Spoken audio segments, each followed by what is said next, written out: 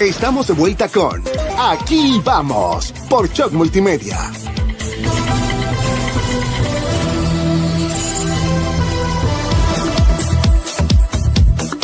Pues nos acompaña en estudios Omar Wong Wood, exdirector de Relaciones Públicas de la Universidad Marítima Internacional de Panamá. Buenos días, Omar. ¿Cómo estás? Buenos días, Araceli. Muchas Bienvenido. Gracias por la oportunidad. Así es, Omar, queríamos conversar con usted porque definitivamente hay una situación que se está dando a lo interno de la Universidad Marítima Internacional de Panamá, pues se podría decir que un tanto similar a lo que ha ocurrido en la UDELAS. Bastante. Pues queríamos iniciar por el principio y para que los amigos oyentes que no están muy empapados en el tema nos puedan entrar en contexto de todo lo que ha acontecido. Hubo una denuncia pues de supuestas irregularidades pues en el proceso interno, pero para que escuchemos de viva voz su planteamiento y qué es lo que sucede dentro de la universidad. Bien, para entrar en contexto de lo que ocurre en la Universidad Marítima, tenemos que adentrarnos al 31 de julio de este año. El 31 de octubre de este año, el actual rector de la universidad destituye al presidente y a la secretaria del comité electoral con el argumento de una recomendación de ANTAI. ANTAI recomienda, mas las recomendaciones de ANTAI no tienen valor de ley. No son vinculantes. No son vinculantes. Además, la recomendación de ANTAI decía cumpliendo con los requisitos que establece la ley de carrera administrativa y las normativas internas de la UMIP.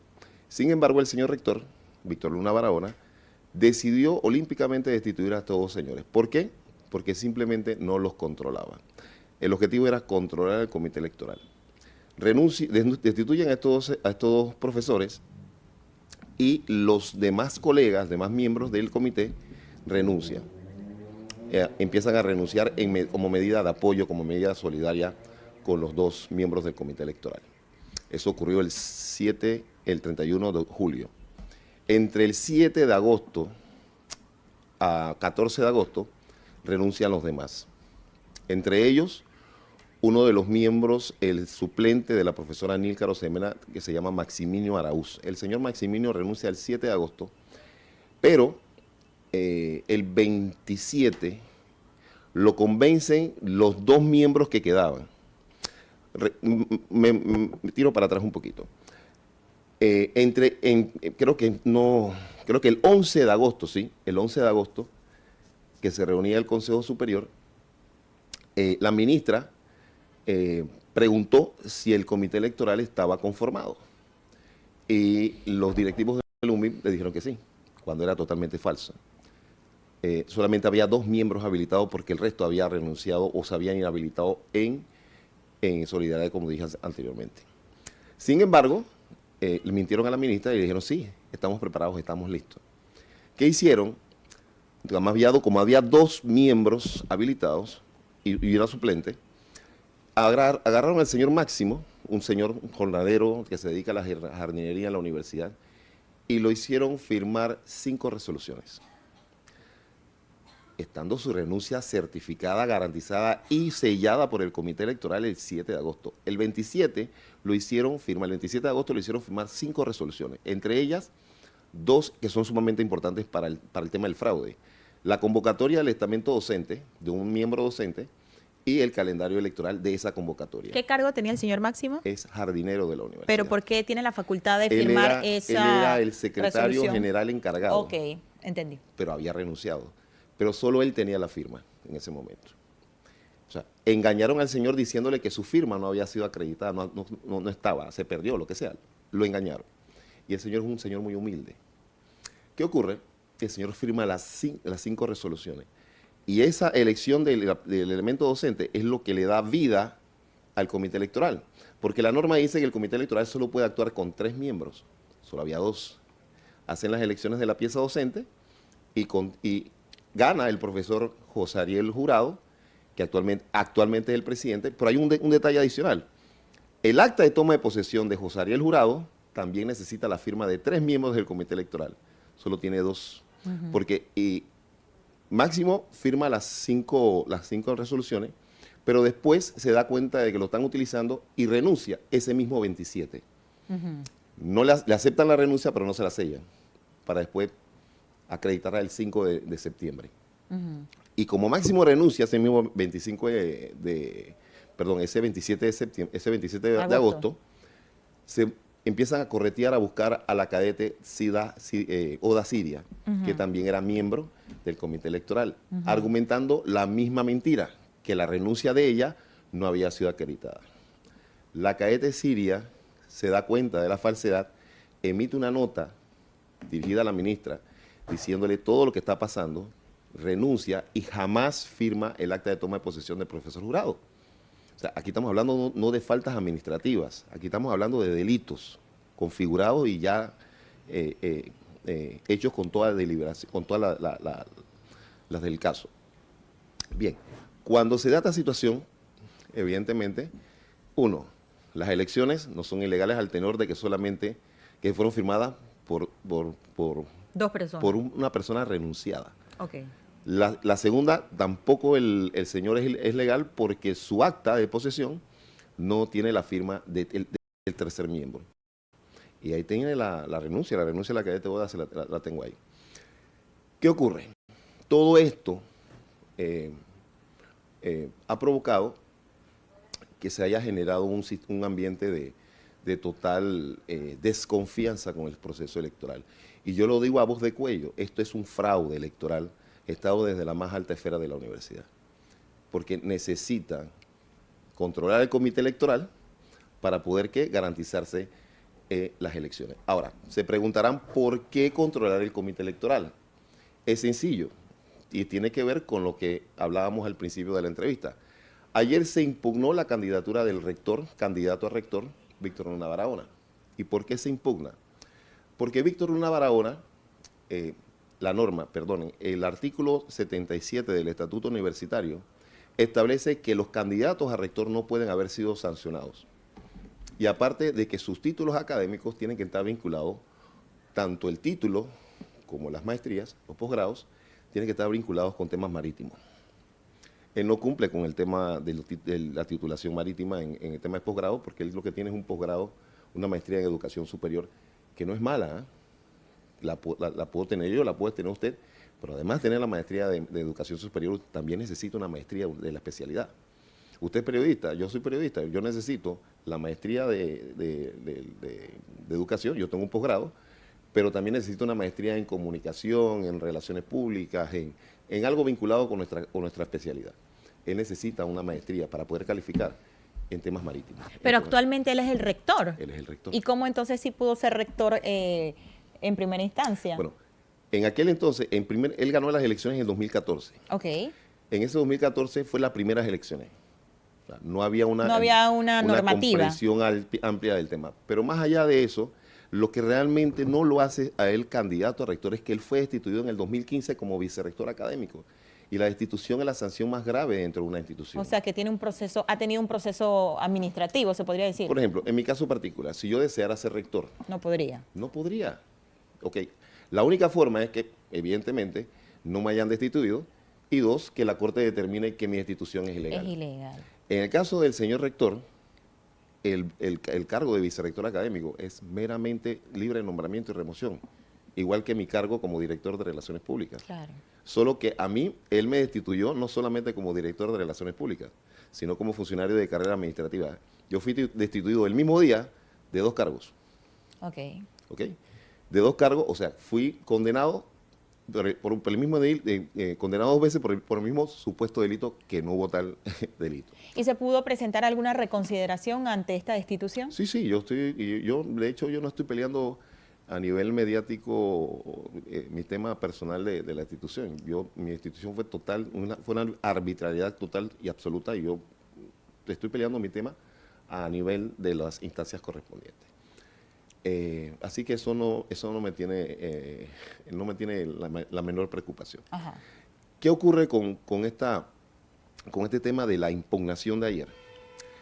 Esa resolución donde él fue destituido por la ingeniera Fernanda Vilar fue ratificada por un comunicado que emitió el Consejo Superior de aquella época que presidía la ministra Marcela Paredes, ex rectora también de la UTP. UTP. Y ese comunicado está en la página web de la UMIP. Ese comunicado no lo pudieron desaparecer, pero la resolución de destitución no aparece en su expediente. Esa resolución no la pueden desaparecer del expediente porque esa resolución debe constar ahí. Existe. Debe constar en su expediente. ¿Cuál es la justificación que están dando sus asesores? Que el fallo que lo regresó a él como rector de la OMIP, que salió en el 2019, elimina esa resolución de destitución. Y yo les digo a ellos, si fuese él destituido como rector, que no fue el caso, a él lo separaron como rector, porque ese es un tema. Cuando él era rector encargado, hubo elecciones, el Consejo Superior no reconoció las elecciones y lo separó como rector. Lo separó como rector, puso a la ingeniera Fernanda, pero a él lo dejaron como vicerrector académico por un periodo de un par de meses, 5, 6, 8 meses. En el 2015 lo destituyen como vicerrector académico. O sea, el fallo no vinculó el puesto de vicerrector académico con el puesto de rector. ¿Ok? Él tenía que pelear, si acaso podía tener algún tipo en las instancias correspondientes, sala tercera, etcétera, etcétera. Y el fallo analizó en el fondo no la situación Víctor Luna Barahona, analizó la situación comité electoral, si habían o no hecho el trabajo adecuadamente. Ahí el detalle. Para finalizar pues esta entrevista, porque vemos que pues hay una serie de acontecimientos que sin duda alguna pues dejan pues en la palestra algún tipo de irregularidades, toda vez que si un fallo pues tiene alguna decisión, independientemente la resolución debe existir igual y anexada al expediente. Como usted dice, un cargo es de vicerrector y el otro es de rector, es decir, no tiene ningún tipo de vinculación. Entonces, en este caso, para ya puntualizar la parte final de la entrevista, ¿qué esperan ustedes tras esta impugnación presentada al comité electoral de la universidad? Voy a ser honesto y sincero, no mucho. No mucho porque el señor Víctor Luna Barahona controla el comité electoral. El comité electoral hace exactamente lo que él determina hacer. Ahora, como no hagan lo correcto, se van a meter en más problemas de los que están. Por ejemplo, nosotros querellamos penalmente a los miembros del comité con todas las evidencias del mundo, o sea, todas las tramoyas, las ilegalidades que han cometido, ya constan en una querella penal que hemos interpuesto ante la Fiscalía Anticorrupción, y si insisten en seguir cometiendo ilegalidades, simplemente van a atenuar su condición en este momento de querellados. Lo que sí queremos es mandar un mensaje a la comunidad universitaria a que entiendan que la universidad merece mejores días. La universidad no merece este nivel porque en la universidad existe en este momento un ambiente tóxico de persecución, de sembrar expedientes. Por ejemplo, en mi caso particular, esto es una primicia, no lo he comentado. Yo fui destituido. Yo hice mi denuncia, aclaro, el 10 de octubre. Fui destituido el 16 de octubre. Hoy estamos a 15 de noviembre. Bueno, hace una semana, una persona en la Universidad Marítima, que conozco perfectamente, me interpuso una denuncia por acoso sexual. Y en la universidad, que fui ayer a presentar unos temas laborales, me prohibieron la entrada, y me quisieron prohibir la entrada.